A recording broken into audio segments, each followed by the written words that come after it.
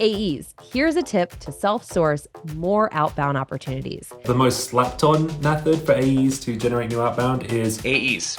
Here's a tip to self-source more outbound opportunities. So AEs, here's a really good tip to self-source more opportunities if you don't have a ton of time to prospect. One tip for AEs to consistently self-source opportunities is to actually prospect. So build yourself a system and a framework that allows you to be consistent every single day. Pick a target account, Google the CEO or founder's name plus podcast or plus interview.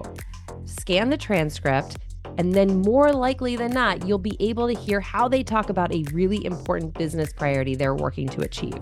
Use that in the first line of your email to show that they have a valid reason for taking time with you. Then get scale by looking at other companies that compete with that account and seeing if they share similar business objectives. If so, you can scale your message by repurposing the meat of your content and changing just that first line. probably referrals. You're talking to customers all day anyway, but the vast majority of AEs I speak to don't ask for referrals like ever. They're afraid of hearing no, which is like half of sales anyway, or they just don't know the right way to ask. My favorite way to ask is just anytime they say thank you or yeah, sure, let's move forward, or no, let's not move forward, I just say, hey, you're welcome, no worries, it's all good. I don't suppose you know anyone who's a bit like yourself who could benefit from a conversation with me. Ride the momentum. So if you've recently closed a deal, you have a upsell or cross-sell that you recently secured, or you recently landed a meeting, I want you to ride that emotional high, because you know it feels good when you do those things.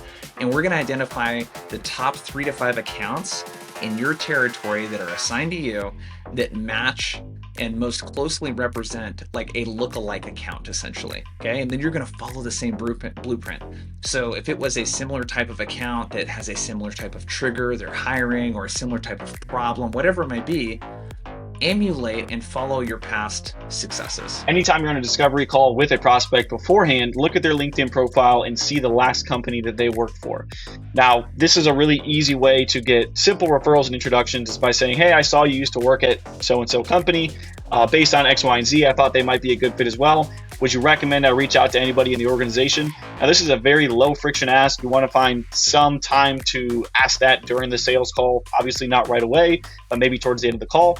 And if you're running, 1, 2, 3 calls a day, this can add up over time, and you can get a lot of really good information on key accounts to go after. And people are changing jobs all the time, so there's lots of companies that these prospects can probably give you information on. I'm partnering with Jason Bay and the Outbound Squad as part of the Outbound Sprint in January, where I'm going to be talking about developing cool, crisp, clean messaging that actually helps you convert and make your process more efficient. See you there.